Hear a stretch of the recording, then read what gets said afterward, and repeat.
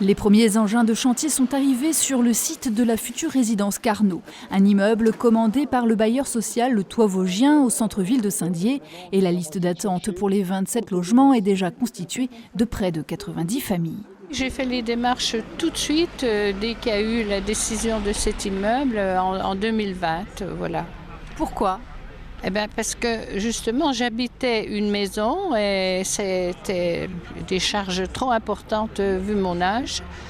Et voilà, j'avais choisi de prendre un appartement en ville.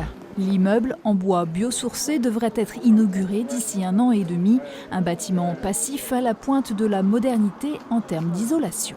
Paille pour l'isolation, bois pour tout ce qui est charpente.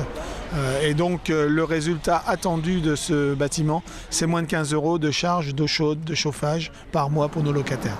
Un chantier qui débute avec plusieurs mois de retard et dont le coût est estimé à près de 7 900 000 €.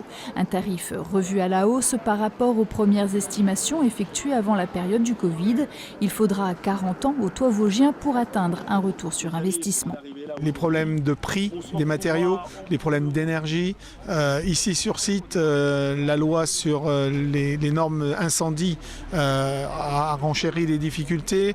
Les aspects sismiques nous ont créé quelques difficultés également. Donc tout ça, ce sont des mois et des années d'études qui sont de toute façon inévitables pour ce type de construction. L'État, la région, l'Europe participent au financement de ce projet qui rentre dans le cadre d'Action Cœur de Ville. Situé en centre-ville, sur les quais de la Meurthe, le bâtiment semble démesurément grand à de nombreux déodaciens qui s'en sont plaints en mairie. Ce sera un bâtiment qui sera quand même sur 11 niveaux, 10-11 niveaux.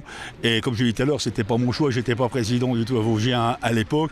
Il sera là, mais finalement, en regardant, il va se fondre dans le paysage. Mais je peux vous garantir que dans les années à venir, sur les projets qui sont sur Saint-Dié, on sera moins haut. La ville de Saint-Dié est le premier actionnaire du Toit Vosgien. Dans un but écologique et économique, les entreprises locales ont été privilégiées. 50% sont déodaciennes, les autres viennent du département ou du secteur de Nancy.